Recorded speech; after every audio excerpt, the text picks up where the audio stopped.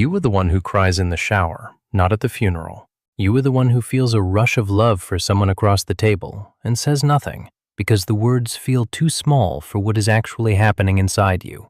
You are the one who has been called cold, closed off, hard to read by people who have no idea how loud it is in there. Psychology has a name for what you carry. It is called Alexithymia, literally, feelings that cannot find words. It is not the absence of emotion. It is the difficulty of getting the emotion out of the body and into language. The feeling arrives. It arrives fully. It just cannot find a door. And here is what almost no one tells you about it. You were not born this way. You became this way. Somewhere in your early life, feelings were not safe to have out loud. Maybe crying got you punished. Maybe anger got you dismissed. Maybe you were the child in a house that could not hold your emotions, so you learned, quietly, expertly, to hold them yourself.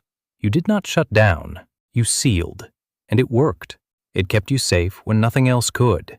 The problem is that the seal did not come off when you grew up. So now you sit across from someone you love, feeling oceans of something moving through your chest, and what comes out of your mouth is, "I'm fine." Not because you are lying, because the ocean does not translate. And afterwards, you sit alone and wonder what is wrong with you. Nothing is wrong with you. You do not have a shortage of feeling. You have a translation problem, one built by a childhood that needed you to be quieter than you were. The people who love you have accused you of being distant. You are not distant. You are drowning quietly in a language none of them can read. And the fact that you have carried this alone, without ever being able to explain it, that in itself is a kind of feeling most people never do. You are not cold. You are not broken.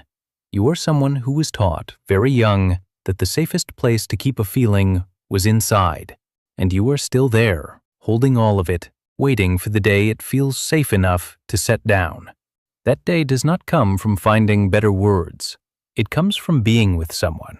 A person, a room, sometimes even yourself, who does not need you to explain what you feel in order to believe you feel it. That is when the seal starts, finally, to come off. Not because you learned to speak, because you learned that you were allowed to.